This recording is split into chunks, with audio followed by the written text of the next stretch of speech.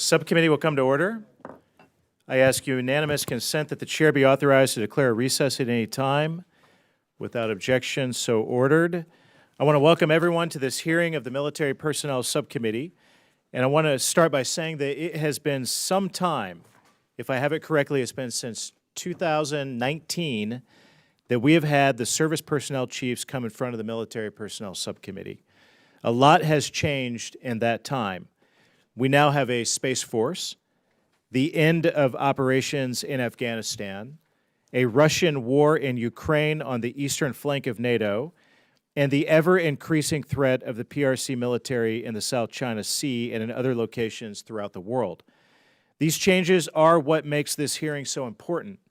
Today's hearing is focused on the personnel policy makers who are charged with developing the policies, guidance, and programs that affect the strategic objectives for accessions, recruiting, assignments, benefits, career development, and so much more.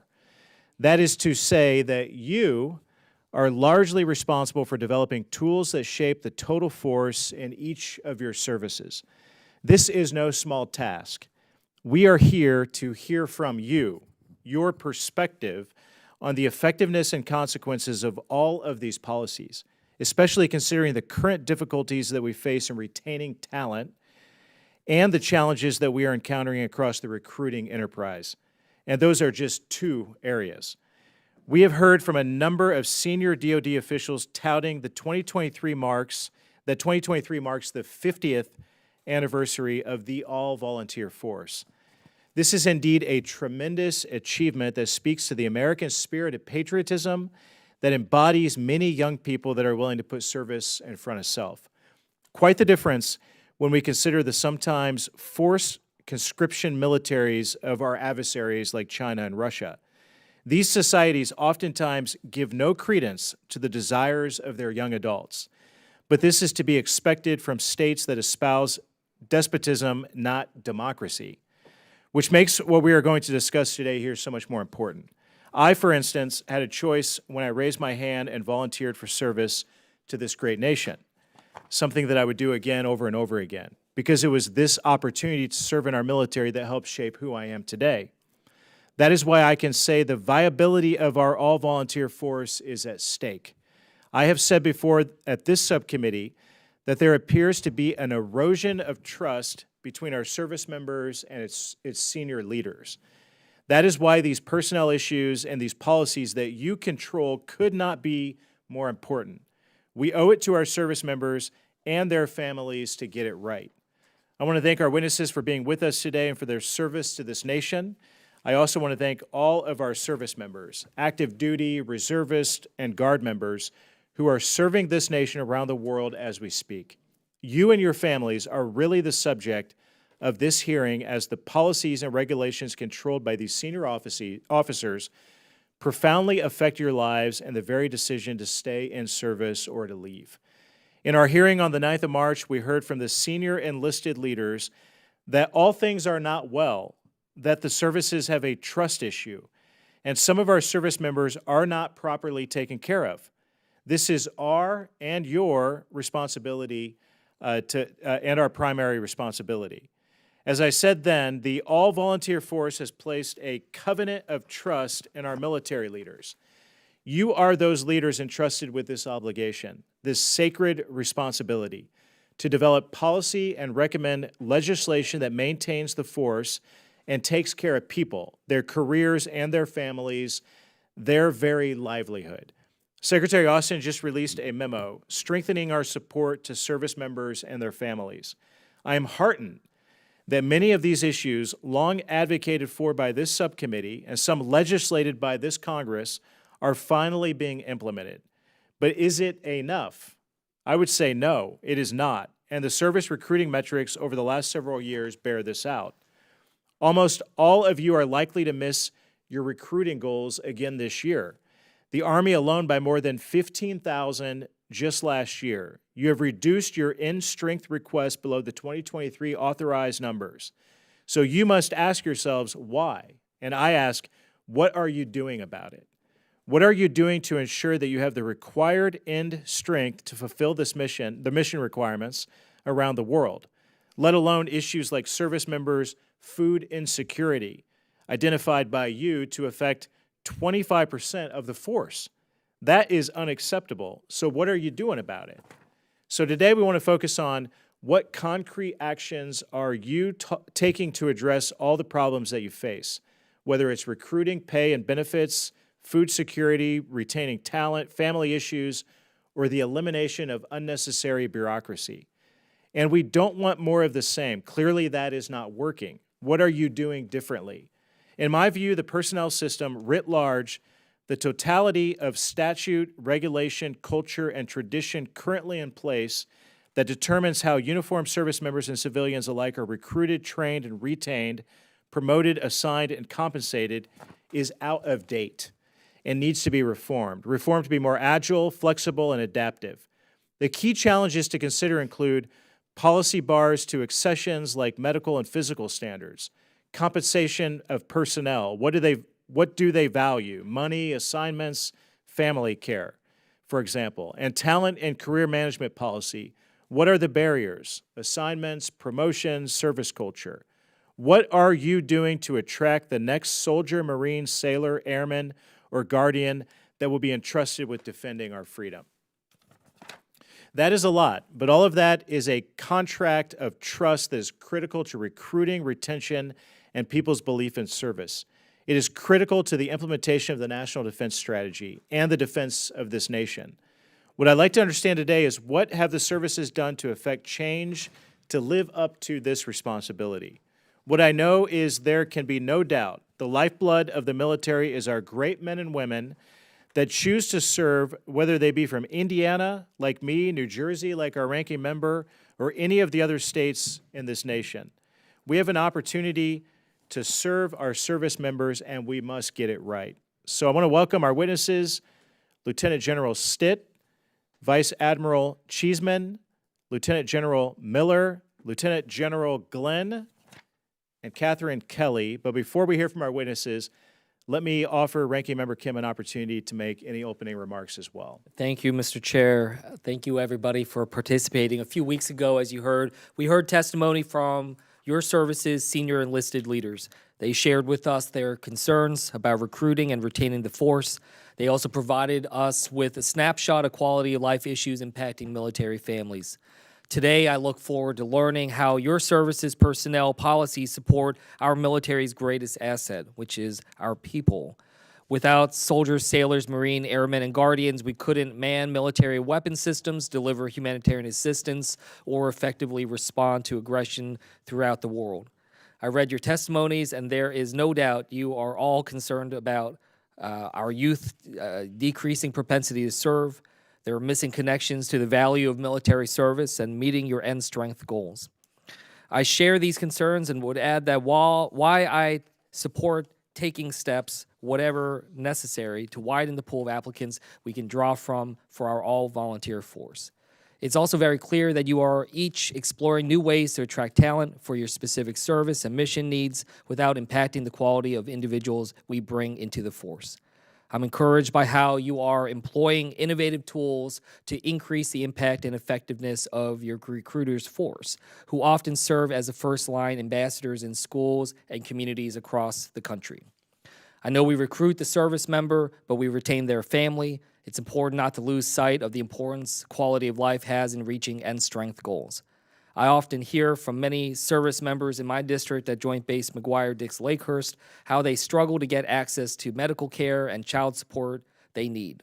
Additionally, I think this is something my colleagues on the other side of the aisle can agree to. We need to address the lack of accessible mental health care across the force. This lack of care is impacting our ability to retain service members who we have a vested interest in helping return to full duty. We need to work together to solve this problem. From my time in national security, I remember that to take a comprehensive look at a problem, in this case recruiting and retention, we needed diverse experience and opinions. We may need to take a hard look beyond the department at how we can best encourage the next generation to serve. As I've said before, we ask a lot of our service members. We ask them to risk their lives to protect our country, so we need to make sure they know that we have their backs and that we are supporting them however they need. Mr. Chairman, thank you for having this hearing today so we can discuss the importance of personnel policies on the lives of service members. Thank you to the witnesses again for being here, and I yield back the balance of my time. I thank the ranking member. I ask unanimous consent to allow members not on the subcommittee to participate in today's hearing be allowed to ask questions after the subcommittee members have all been recognized. And each witness will have the opportunity to present his or her testimony, and each member will have an opportunity to question the witnesses for 5 minutes. We respectfully ask the witnesses to summarize their testimony in 3 minutes or less. We have your written testimony. We appreciate it. We've studied it. Your written comments and statements were made part of the hearing record. With that, Lieutenant General Stitt, you may make your opening statement. Good afternoon, Chairman Banks, Ranking Member Kim, distinguished members of this committee. Thank you for the opportunity to appear before you on behalf of the men and women of your United States Army. The Army's #1 priority is our people, our soldiers, our Army civilians, families, and veterans, our soldiers for life. Nothing is more important for our combat readiness. In the Army, a pacing item is a mission-critical piece of equipment. Our people are our pacing items, and we must meet our pacing challenges by taking care of our most important resource, our people. We are working tirelessly across this nation in the most challenging recruiting landscape in a generation to fill our ranks with qualified people that want to be all they can be as a part of our Army team. There is no one-size-fits-all to the current challenge. We are committed to tackling these challenges head-on by recruiting a force that looks like the nation it serves.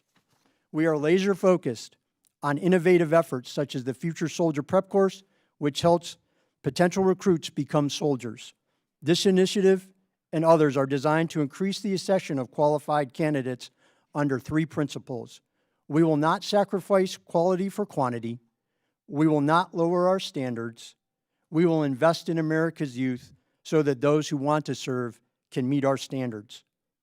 Last year, the Army achieved 104% of our retention mission in our active component, and we are on track to do so again this year. This demonstrates the value that our soldiers and their families see in service to our nation. Personnel readiness relies on an installation and environment that allows our soldiers and families to thrive. High-quality housing and barracks are key to ensuring overall health and wellness, contributing to the readiness and critical for retaining Army soldiers and their families. The Army programmed approximately $1.6 billion from fiscal years 2024 to fiscal year 2028 to improve the government-owned Army family housing inventory.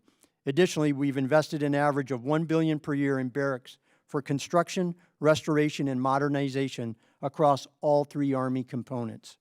We are using a very selective process to create and sustain command climates at scale across our Army, which now and over time permeate down to our lethal and ready squads, crews, and teams. Resiliency programs and initiatives aimed at harmful behaviors are critical to help us combat sexual harassment and assault and factors that contribute to deaths by suicide. Putting our people first as an Army priority and a philosophy continues to drive everything we do and contributes to our quality of life and our combat readiness. Chairman Banks, Ranking Member Kim, distinguished members of this committee, I thank you for your generous and unwavering support to your Army, its soldiers, civilians, and their families. I look forward to your questions. Thank you. Thank you. Vice Admiral Cheeseman. Chairman Banks, Ranking Member Kim, and distinguished subcommittee members, thank you for the opportunity to appear before you today.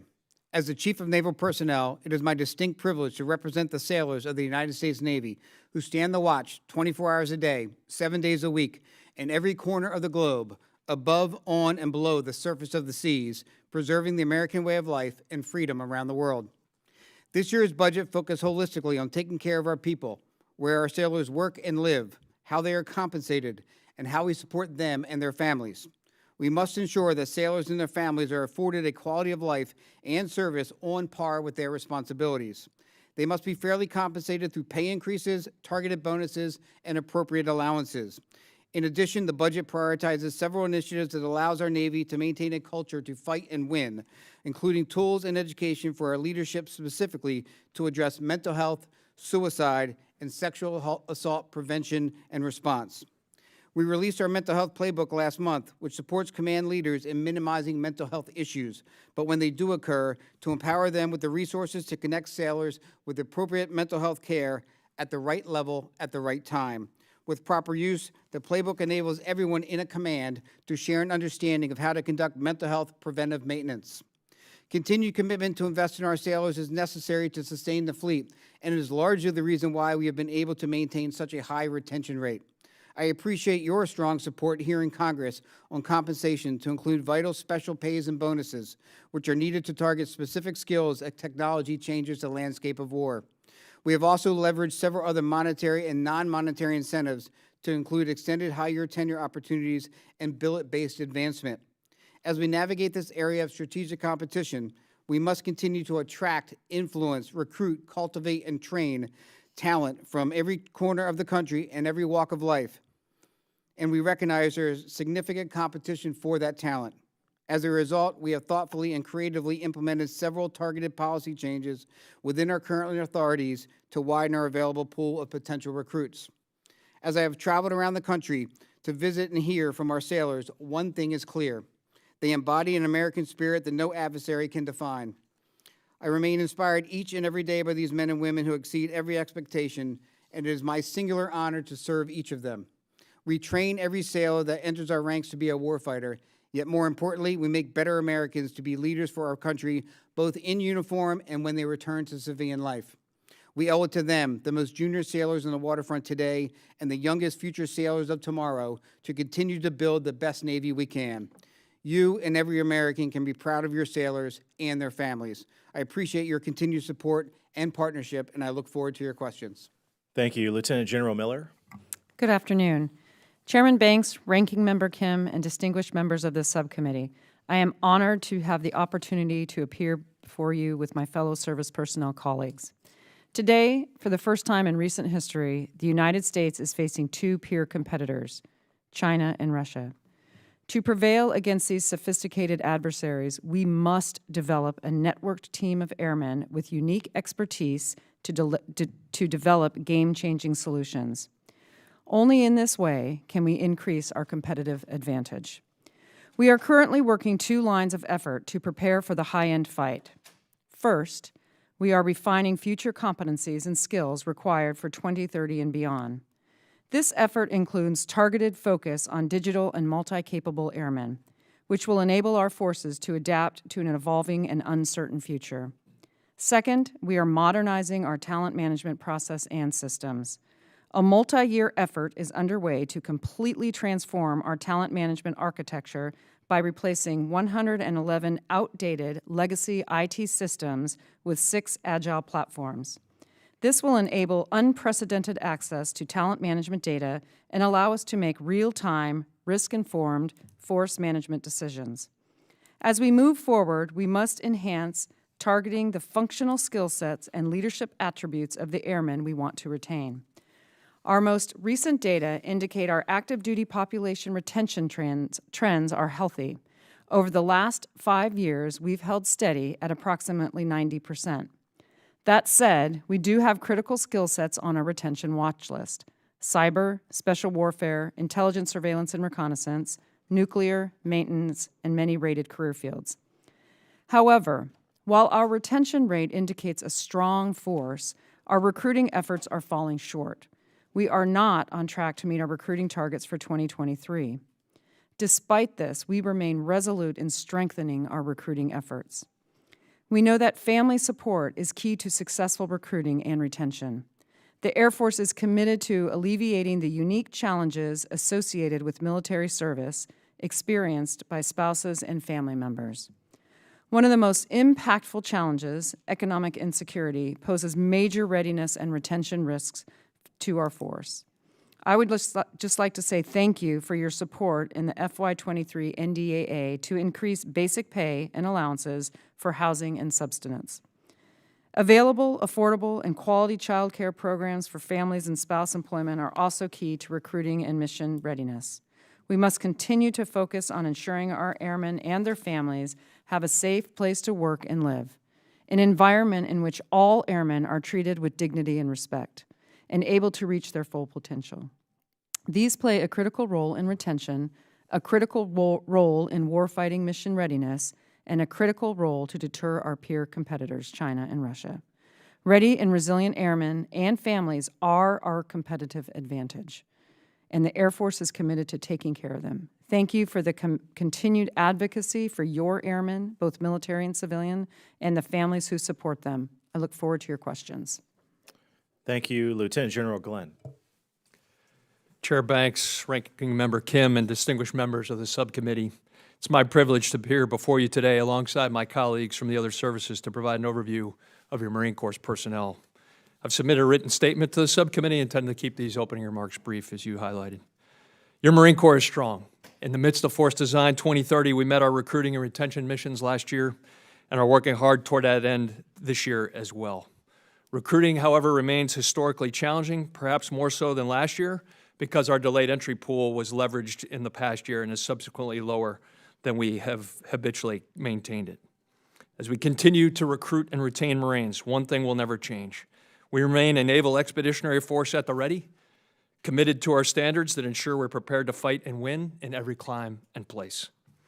In this 50th year of the all-volunteer force, we are reminded that we have an all-recruited force and are mindful of the strategic advantage it provides: talent, capability, and warfighting excellence. To continue its success, we need to do three things. One, engage in a persistent national dialogue on service that highlights the positive benefits of military service. Two, modernize recruiting to optimize advertising in much the same way the commercial sector has. And third, improve access to young Americans, particularly in high schools, as personal engagement is foundational to our recruiting efforts and its success. I'm pleased to report that Marine Corps retention efforts are modernizing to match the energy and enthusiasm of the force. This year, we have retained Marines at a historic pace, both in number and quality. It shows that once one becomes a Marine, they want to remain a Marine. And that says a lot about our ethos. Being part of a team, accomplishing the mission, and taking care of one another remain sacred qualities to which Marines, both in uniform now and in the past, hold tight. To further improve recruiting and retention, we have decisively stepped out on what we call a talent management design that continues to expand and gain momentum. Talent Management 2030 is foundational to Force Design 2030 and the future success of our Corps, and it leverages many of the authorities that Congress and this subcommittee has granted us in recent years, for which we remain grateful. It will help better maximize the number of fully trained, qualified, experienced, and deployed Marines in our operational forces. The overarching goal of talent management is to increase Marine Corps warfighting capability and sustain our ability, and frankly our responsibility, to be the nation's premier expeditionary force in readiness, your Fight Tonight force. A pillar of warfighting readiness is built on trust, and that trust is maintained with a Marine support structure at home and in their communities. To that end, we recognize and promote all the ways Marine and family programs support the force and allow them to keep a focus on the mission. Holistic performance, including spiritual, mental, social, and physical fitness, are critical for Marines and their loved ones and are a major line of effort for successfully achieving our talent management goals. Family readiness, quite simply, is readiness. It's my honor to represent your Marine Corps today, and I look forward to your questions. Semper Fidelis. Thank you, Ms. Kelly. Thank you. Chairman Banks, Ranking Member Kim, distinguished members of this subcommittee, thank you for your leadership and the support you have provided to our guardians and their families. I just recently transferred from the Army. I'm delighted to be here representing with my colleagues here today. I'm a service IST transfer as a civilian, a former officer, and a spouse of a veteran. Thank you for your time. Your guardians, both military and civilian, are preserving U.S. freedom of action in increasingly contested space domains. Developing this force is a national imperative. We are comprised of a powerful mix of talent from all branches of the service, as well as young, innovative, bright minds from across the nation. This is our most important operational advantage. We are committed to taking care of our people and positively shaping their professional and their family experience. We will continue to work with this committee and with our Air Force partners on tough issues such as pay and compensation, quality of life, child care, and family services. The Space Force is proposing a new approach to military personnel management with flexible force design options. At a time when national propensity to serve is declining, winning the war for talent is the greatest strategic advantage. The proposal eliminates the complexities of traditional and regular reserve constructs and provides a continuum of service aimed at retaining critical skill sets and offering a new way to employ talent through service-managed part-time opportunities which today are not available in the Space Force. This new model would facilitate a different conversation with prospective candidates. We believe it will better position the Space Force in the most competitive labor market we've seen in years. We understand that new statutory authorities are necessary, and we look forward to continued conversations. The Space Force is actively incorporating education, training, and individualized development, including access to schools and investment in brand awareness. Beginning this year, we will partner with a private institution for senior-level education, culminating in a master's in public policy. This new approach is a collaboration between civilian academia and professional military education. We are also leveraging innovative ways to increase holistic health and fitness of the force, including mental health. We are studying the most appropriate ways, include long-term fitness standards with an eye towards departing from single episodic testing to interactive fitness. Space is no longer a benign domain. I am proud of the more than 13,000 military and civilian guardians who have joined so far. Together, we are building a force unilaterally focused on the mission of securing and defending America's interests in space. We thank you for your continued support, and I look forward to your questions. Thank you to each of you. I'll yield myself 5 minutes to begin questions, and with that, I'll start with you, Lieutenant General Stitt. What has been the practical effect of recruiting shortfalls? Chairman Banks, where we see the practical impact of recruiting shortfalls is primarily within our skill level 1 inventory across the force. So it's those junior enlisted soldiers that we did not recruit, that's where we see the holes in ranks. How has that changed the Army?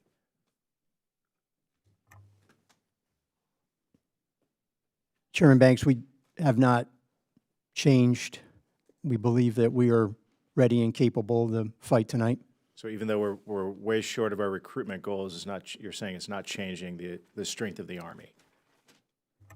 Chairman Banks, yes, our overall end strength has decreased because we did not recruit and bring in the skill level 1 soldiers, those junior enlisted personnel, last year. Let me ask this. Would you say that the difficulty in recruitment has driven your reductions in the end strength request for the FY24, or is it because of the reduced mission requirements of the Army?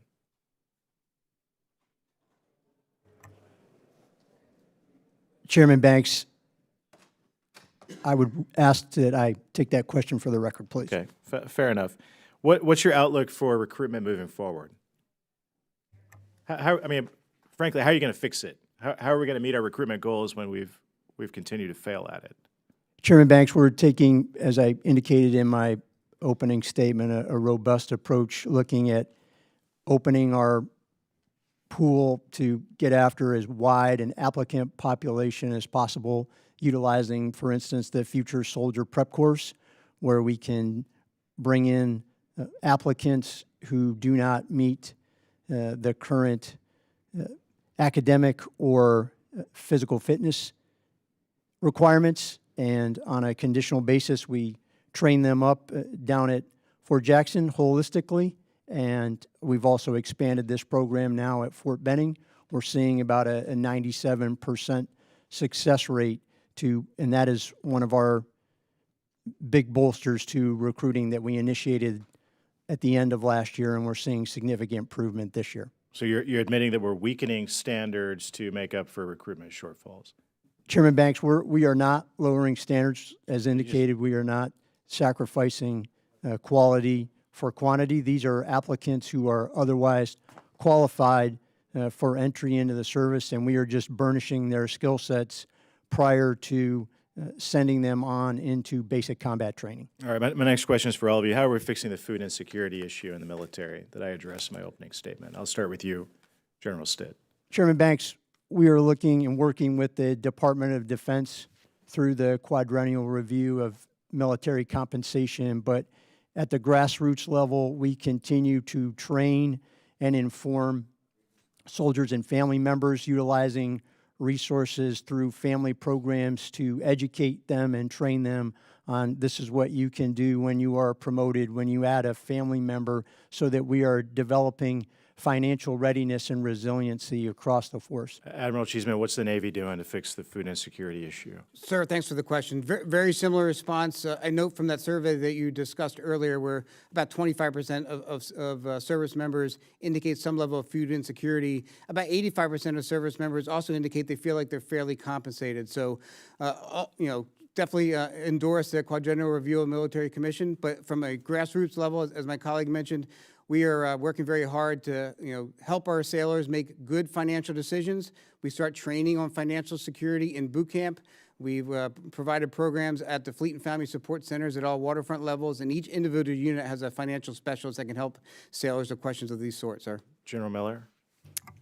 Yes, Chairman Banks, thank you. Similar to my colleagues, we're doing very similar things, but I will tell you that one of the things that we focus, in addition to the training at multiple levels, starting from basic military training, is connectedness. We're making sure that our command teams understand and know their airmen. That way they can tell what is going on not only in their professional life, but what's going on in their personal life. And so if they find that they are having some challenges in food security or other areas, they can immediately make sure that they reach out to the appropriate resources to help those airmen. Quickly, General Glenn?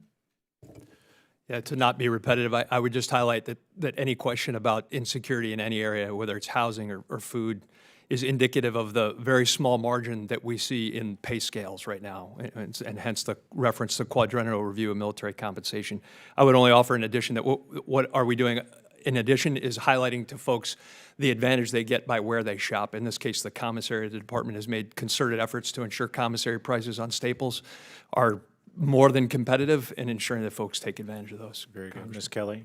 Yes, Chairman, I agree with all my colleagues. I would also just add in the Space Force, there's an education component and a team component to make sure that we're aware of our needs from the Guardians, and we place a special emphasis on making sure that we're aware if there are those issues. Thank you. I yield to Ranking Member Kim. Thank you, Mr. Chair. Thank you all again for taking the time to come on out here. I wanted to talk to you about something that we've been talking a lot about on the Hill since it came out last month. The Suicide Prevention and Response Independent Review Committee released about over 125 different recommendations to reduce the rate of military suicides. There was one particular mentioned there in terms of an idea there that was included creating a task force to modernize and reform the military promotion system to better reward and select the right people for the right positions at the right time. I wanted to just get your thoughts on that because we've been kind of talking through that on our end and wanted to just see, each of you, if you could respond to that. So if you don't mind, maybe we'll start over with Army. Ranking Member Kim, the Army is participating in the IRC committee, and regarding in terms of promotions, one of the things that we have done is we've utilized from the 2019 NDAA, putting some of those authorities into place, such as brevet promotion to reward and augment critical skills and shortage capabilities that we have that are already in place across the service. We are also utilizing the merit-based promotion system that also came out in the 2019 NDAA, and we look forward to participating in future and ongoing efforts to look at our promotion system. Vice Admiral?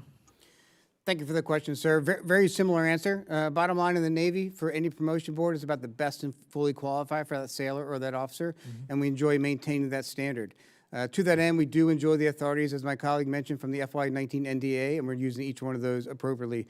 But I look forward to working with my colleagues here on the panel and my OSD partners and getting out the recommendations from that report, sir. Okay, thank you. Lieutenant General. Yes, thank you for the question. I won't repeat what they're saying. We're doing much of the same thing, but we're ready to support the Department of Defense and when they go with the SPRIC release report. Additionally, we we have some initiatives that are going on with the DAF for the suicide prevention, to include a Go Slow campaign, which is basically putting time and space in between behavior. And so we've got a big initiative on gun locks and safe storage material. And additionally, we've launched recently a comprehensive lethal means safety plan in 2022. Okay, thank you. Lieutenant General? Ranking Member Kim, thanks for the question. There are many similarities, so I think I'll highlight one. I'm happy to report inside that Talent Management 2030 that I described, we've already undertaken an aggressive look at our enlisted retention and promotion approach, specifically leveraging one of the authorities that you've provided previously, which is merit reorder. We've applied that across several officer ranks to see its effect, and this year have a pilot going on the enlisted side as well to address what we hear from Marines, at least, is how do I know that my performance is recognized? How is that reflected in the pace and rate at which I'm promoted? And that's what specifically it's intended to address. Thank you. Ms. Kelly, do you have anything to add here? I do. Thank you, Ranking Member Kim. I would offer in the Space Force, one of the things we're thinking about with respect to promotion and to the specific ask from the Committee for Innovative Ideas, we're looking at all the jobs that we have in the Space Force. There's a little bit of an advantage to our small size that we can do this. And we are looking through a lens of competencies that are necessary for the type of work that we have in the Space Force. A highly technical, predominantly STEM-focused environment, but aligning the competencies and then communicating them to Guardians so that they understand what it is going to take for them to be promoted is one of the goals of our competency work, sir. Now, some of the other ideas and recommendations that came out, several of them focused on length of assignments, greater flexibility in a career trajectory, more predictability in unit training. I guess I just wanted to ask more broadly, is that something that stands out to you as something that we need to be moving towards, not just for the prevention of suicide, but just more broadly as employers here? Is there anyone that wanted to jump on that? Vice Admiral? Yes, sir. Thanks for that question. It's a very important discussion to have. We find that as we're modernizing our enlisted talent management strategy, we have something called detailing marketplace assignment policy. And that's where we provide a number of monetary and non-monetary incentives to get to incentivize sailors to stay on sea duty. And to your point, it's not just about money. It could be about geographic stability. It could be about assignment choice. So more today than ever before, a young enlisted sailor has a say in what they're doing for their career, and we're having positive impacts from that, sir. Thank you. I'm out of time, but I'll follow up with the rest of you. I'd love to continue that conversation. Yield 5 minutes to General Bergman. Thank you, Mr. Chairman, and thank you all for being here, and thanks for all you do every day. 1998, the Wall Street Journal did a little survey on values. And the point is they just recently redid that.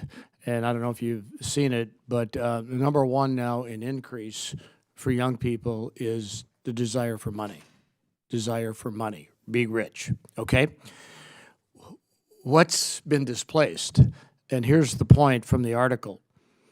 Patriotism, listed as a value, has basically gone from 70% to 38%. I'm not going to deal with the others, but patriotism. Ms. Kelly, you used the word propensity to serve. And according to my favorite app, that'd be the Webster Dictionary, propensity, an often intense natural inclination.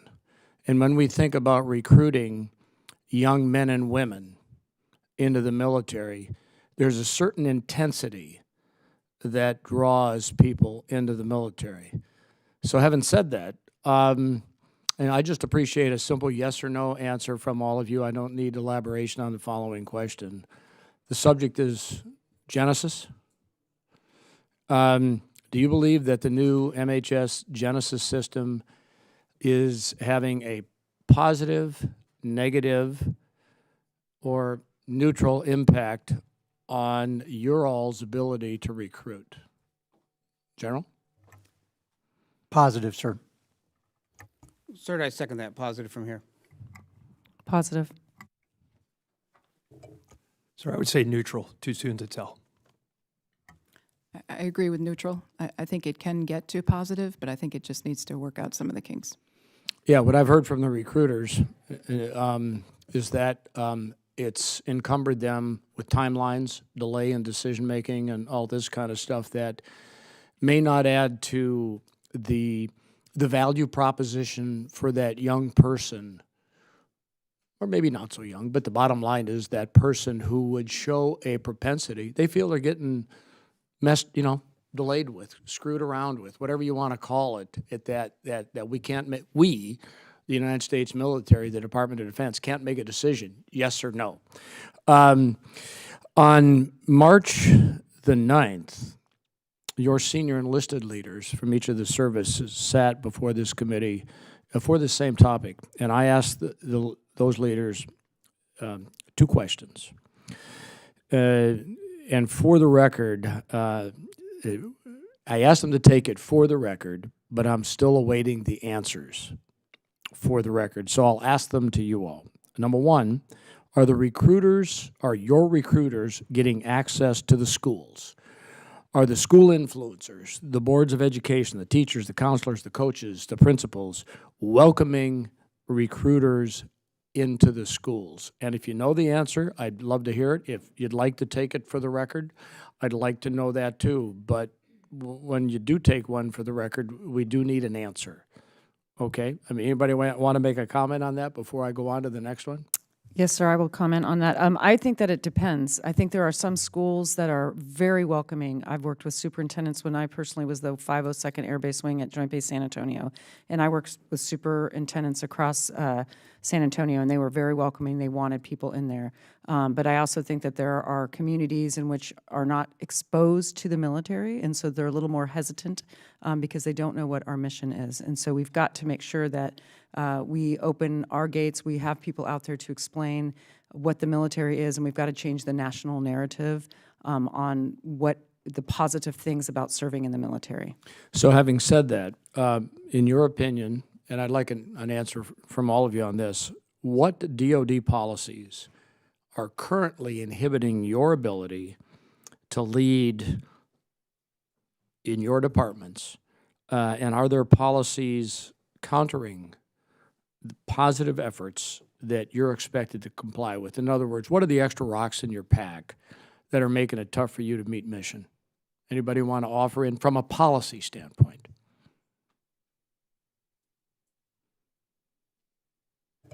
Congressman, I don't have a single one, but the point is taken that much has been added.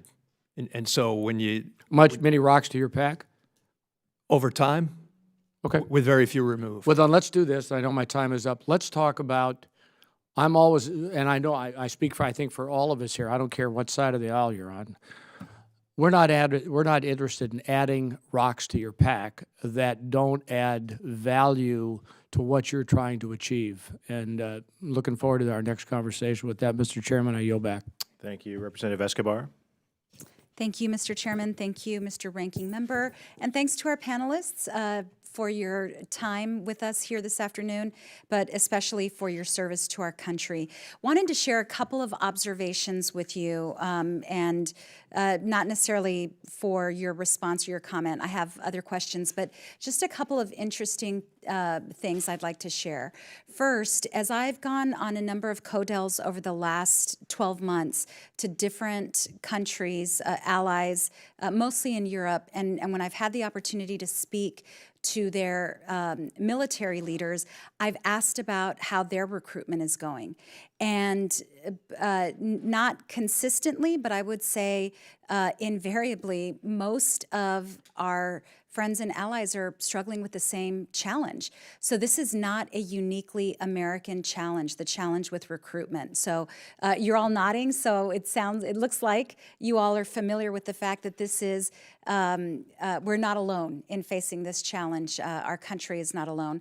The second thing I'd like to put on your radar, I get to meet with incredible young people who apply to our service academies. And I frequently ask them about recruitment as well. Not to a person, but I have conversations with many of them.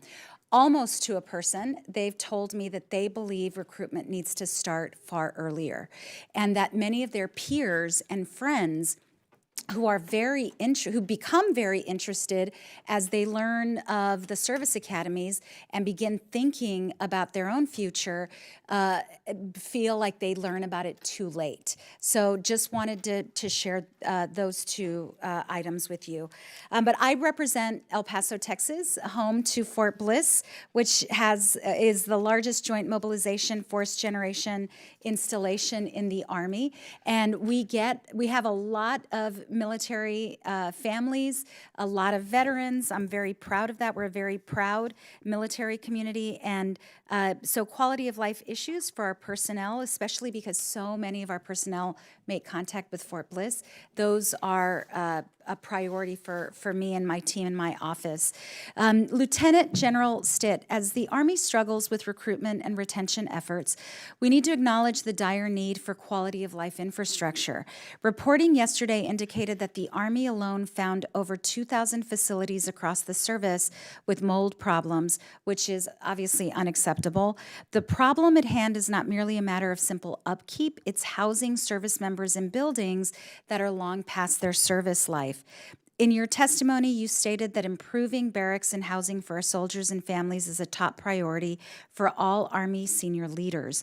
I know the fiscal year 24 budget request identified barracks across a few installations as quality of life projects, but the Army has a long way to go to include CDCs and other housing.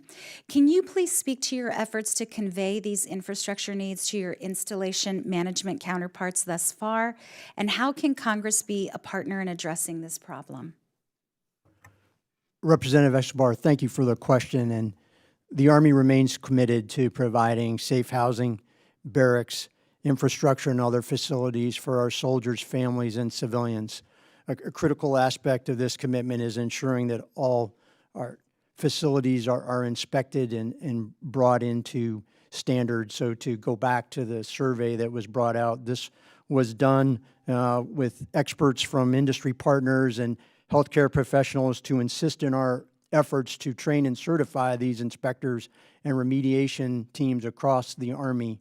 And we are also empowering leaders at the lowest level to highlight these concerns that they see so that they can take immediate action, such as what was done at Fort Bragg, North Carolina, when mold was discovered and soldiers were displaced. And we are also with our contracted housing providers holding them accountable when we see issues arise. Thank you so much. I'm just about out of time, so I'll have to follow up with my question about service members' spouses. But, you know, in my community as well, we hear a lot from the spouses who are struggling to find employment and would love to explore that with all of you as well at a later date. Thank you, Mr. Chairman. I yield back. Thank you. 5 minutes to Representative Gates. Thank you, Mr. Chairman. I'm going to begin by seeking unanimous consent to enter into the record a press release from last year from the Department of Defense entitled, "Department of Defense announces recruiting and retention numbers for fiscal year 2022 through March of 2022," and it reads, "Overall, it is clear the broader recruiting market continues to deteriorate and recruiting shortfalls can no longer be solely attributed to COVID-19. Without objection. So we just heard from Secretary Austin moments ago that COVID was the driving headwind. The headwind was the term he used in these recruiting challenges that trouble us all. But the department is saying that it's not COVID. So I guess I'm just trying to figure out, what do you guys think is the driving factor of the recruiting collapse that we are currently overseeing? Any of you who are particularly interested? Representative Gates, that's a great question, and what we are seeing is that it's not just one factor. It is a variety of factors when we look at obesity, physical fitness, misconduct, behavioral health challenges, knowledge gap. Of what we saw from our data was that individuals that we surveyed identified that they would be potentially putting their life on hold if they serve. So not attributable to one single factor, but a multitude. I agree with that. We've got a younger generation that's too dumb, fat, slow, addicted, and on video games to be eligible to serve in the military. And it's really troubling to hear that the response is to thin the soup rather than to do what we can earlier on, maybe through our education system or our nutrition programs, whole of government, to try to get a greater share of our folks capable. Does anyone here attribute any of the recruiting challenges we face to the new DEI push? Any of you? Raise your hand if you do. None of you. Well, I would suggest that that is misguided. I have heard directly from people that this embrace of DEI and white fragility and white rage harms our recruiting effort in the area of the country where we do our best recruiting, in the American South. I have additional questions for you, General Miller. How many Republicans running for Congress had their personnel records unlawfully compromised by the United States Air Force? Thank you for that question. So we did have a PII breach, 11 individuals overall. Their data was released. Well, you say breach. When I hear breach, what I hear is that like someone hacked or broke in or got the information. You gave this information. Yes, we did. No, Right. the Air So Force it wasn't a takes- breach, it was an illegal release. It was yes, it was. Right. You're right. We take full responsibility many? for that. 11. 11. Yes. And all Republicans, right? I don't know the answer to that. I know some of them were, but I think that But if I represent to you that it's all or almost all Republicans. almost all Republicans. That's correct. Yes. And this information was given to the due diligence entity, right? There was an entity. Yes, it was. Yeah, and it's an all- opposition research entity that gets hundreds of thousands of dollars from the Democratic Congressional Campaign Committee and the Democratic Senatorial campaign apparatus, right? I don't know that much about due diligence, but I know that we released the information Why? inappropriately. Why did you do that? It was an error. We did an investigation as soon as we found out. We notified all of the members in which their data was released. We have put in place multiple layers of checks and balances. We did a retraining. Who's been fired for doing this? We have taken the appropriate action. Okay, who's been fired? We've taken the appropriate action. It's a fascinating answer, just not to my question. Who's been fired? I can't answer that. Has a single person been fired? I do not know the answer to that. Shouldn't you, though? I mean, here we are having recruiting challenges. You guys are releasing personnel information of predominantly Republicans to a Democrat opposition research firm. You run personnel for the United States Air Force, and you can't tell me whether anyone has been fired for this unauthorized release? Congressman, I can tell you that we have taken the appropriate action Well, but based on the you deem OSI. it appropriate. But what if we don't? Because we have civilian control of the military. And we may have to change our laws to hold people accountable. And pardon me for not trusting your vague reference to the layers that you've put on. But, Mr. Chairman, I request that this committee get specific answers for what the accountability regime was for this unlawful action by the United States Air Force, and that we not take as an article of faith the representation that they think they've taken the appropriate action. They've taken the illegal, inappropriate action to compromise these records, and I think we should hold them accountable for it. On that note, General Miller, for the record, can you submit to the committee what those appropriate Yes, actions were? we certainly may. Okay, I yield 5 minutes to Representative Houlihan. Thank you very much for your testimony today. I am going to try an experiment that I haven't tried before with my 5 minutes. I served in the military. My father and grandfather served more than 20 and 30 years respectively in the military. My brother did. My cousins do currently. And I am interested in two questions. One is assuming that we have a qualified individual who has the propensity to be able to serve. Let's make that first assumption. I'm going to give you a list of reasons, and I'd like you to write these lists down. And I alphabetize them so they're not in any value-based order. Please write down childcare. Please write down don't feel welcome, or I don't see myself. Please write down I'm afraid for my health or my life. Please write down housing. Please write down another job is more attractive. Please write down pay is not competitive. And finally, please write down spouse or partner. So to review again, we have childcare, don't feel welcome or don't see myself. I'm worried about my health or life. Housing, other jobs more attractive. Pay not competitive, and spouse or partner. So with these 7, again, alphabetically listed, I'm actually interested, assuming a qualified and willing participant, somebody who has the propensity to serve. My 2 questions are, 1, why I didn't join the military. Could you please take a couple of minutes, 15 seconds or so, to pick your top 4 reasons why I didn't join the military?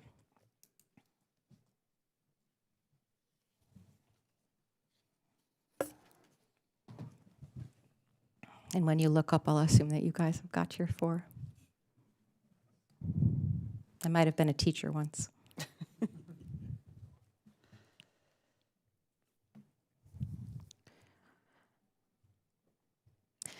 The next question is why I didn't stay in the military. Again, your top 4.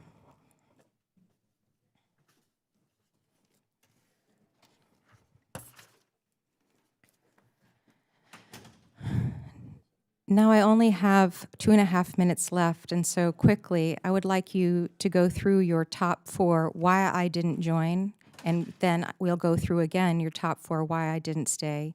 So General Stitt, first you, why I didn't join.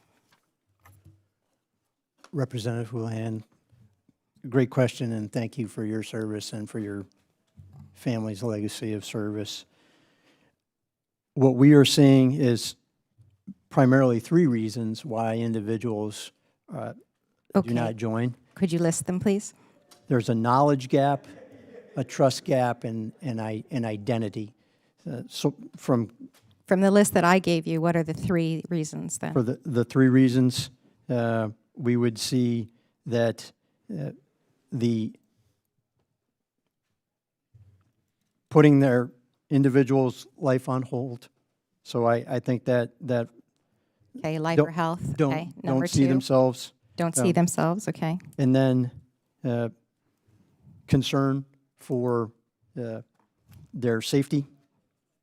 That's life, okay. And the 3rd? And then where we see our the spouse, partner. Great, thank you. Vice Admiral Cheeseman, please. And unfortunately, we're going to run out of time for this, so I'm going to ask you to submit your answers for the record on this. Vice Admiral, please. Congresswoman, thanks for the question. Similar to my colleague, everything we see in the Navy is about feeling like you have to put your life on hold. So specifically, spouse opportunity, pay and compensation, something else may be more attractive because of that, and they just don't see themselves in the Navy because there's other opportunity. General Miller, please. Yes, ma'am. I said spouse and partner. They don't want to, move with their spouse. I also said there's other jobs available.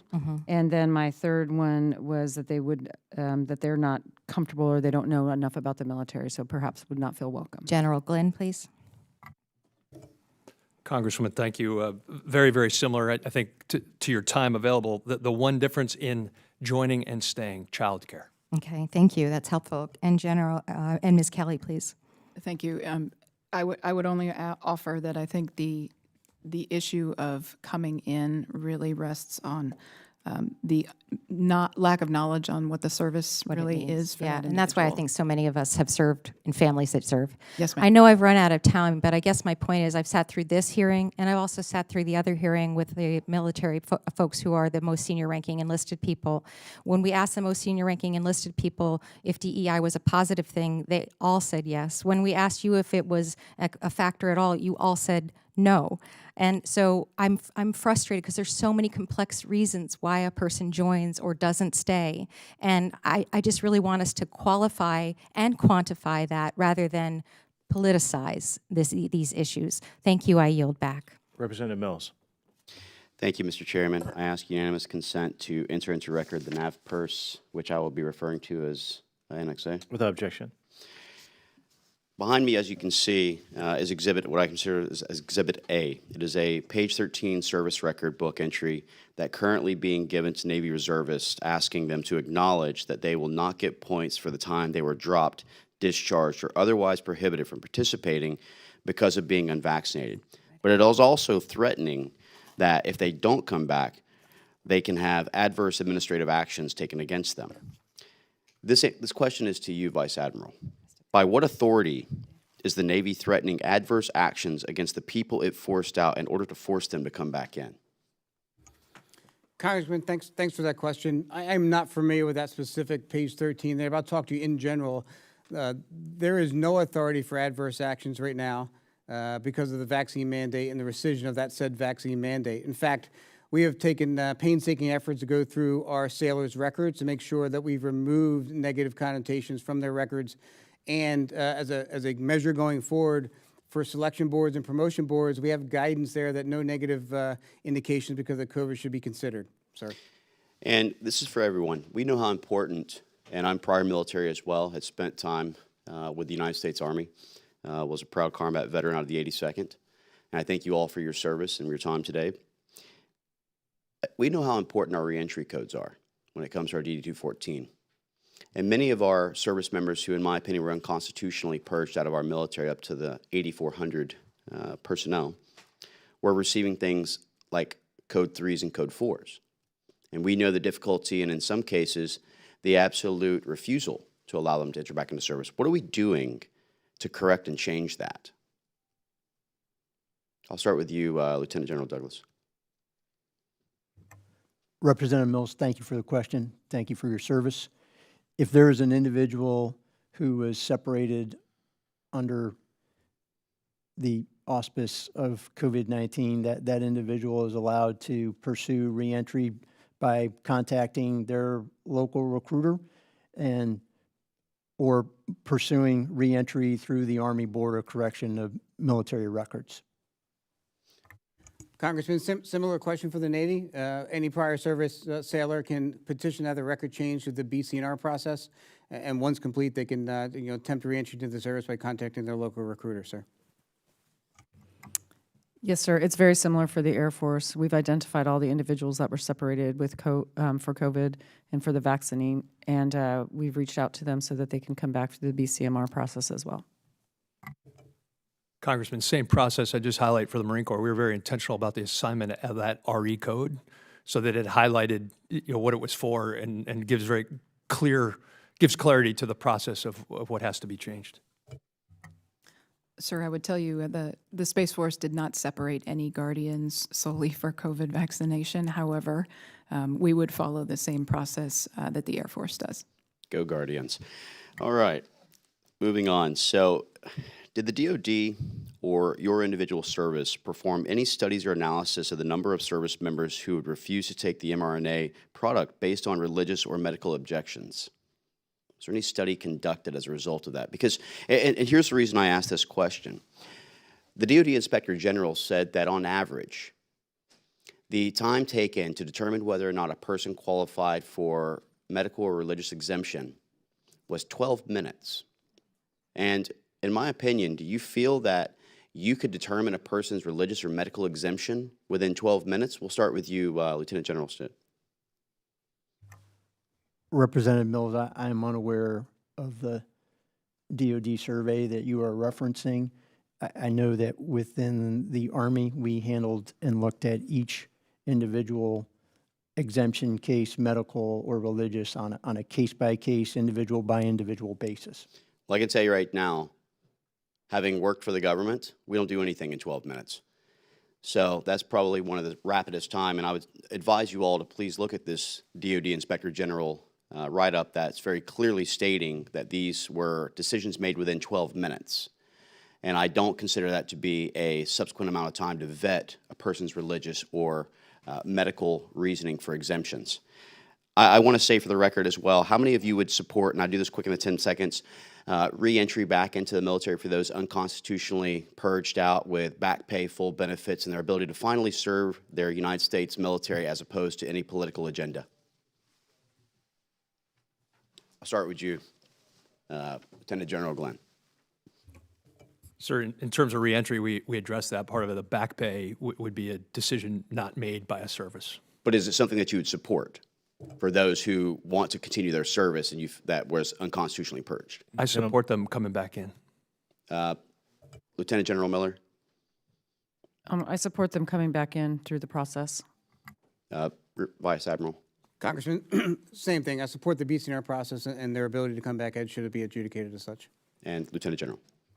supportive through the BCMR process. Well, I hope you guys do, and I look forward to trying and help work with my colleagues and with our chairman to get legislation in place that will actually allow that to happen so people can finally come back and serve our military, hopefully filling the ranks of the 25,000 plus recruitment shortage that we have today that, in my opinion, is partially due to the morale drop in the DEI that has been implemented as opposed to increased lethality. With that, I yield back.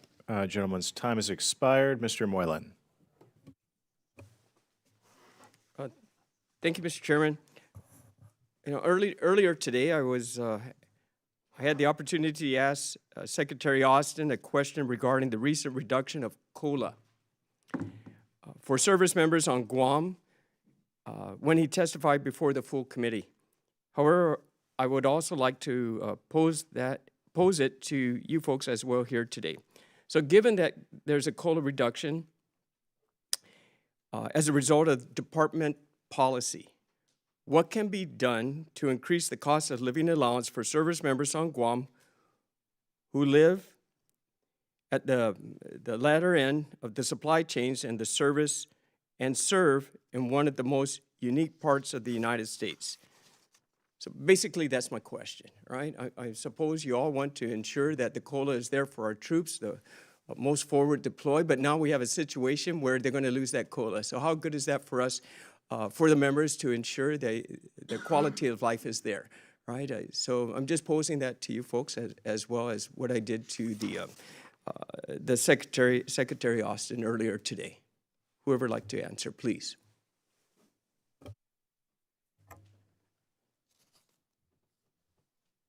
Representative Moylan, thank you for the question. We would participate with the Department of Defense quadrennial review of military compensation to look at cost of living allowances, basic allowance for housing, basic allowance for subsistence, the entirety of pay and benefits, so that we can collect the information and review that and ensure that our service members and their families are adequately compensated for their service and their sacrifice. And if there are any decrements to COLA, we would request from the Department of Defense that the services receive notification so that we can work with respective chains of command to inform our soldiers and families and support them if they require assistance. Congressman, thank you for that question. Very similar answer. I think we need to work with our OSD partners to, on possible ways to modernize how we determine COLA, but more specifically to what my colleague said here, we need to have an active campaign with our service members so they understand the purpose of COLA. And then when there are changes, or specifically reductions, we give them enough of a heads up so they can plan for it appropriately in their budgets there. I would just add one thing to my colleague. Thank you for the question. I would like to see compensation for service members structured so that they don't have to get any other additional service. It should be able to. They should be able to live on the compensation in which we provide. Yeah, like Lieutenant General Miller, I think, sir, that your question gets to the point of if service members are so sensitive to a move in COLA up or down, then it's indicative of the combined effect of many economic factors. We hear about it when changes in housing. I'm sure you've heard about BAH. We hear about changes in the price of gas, food, any number of items. I think it speaks to the margin and how narrow the margin has become, particularly for our junior enlisted folks, when it comes to being able to afford and absorb some of the fluctuations. Representative, thank you for the question. The only other thing I would add is the agility for the department to react to market conditions.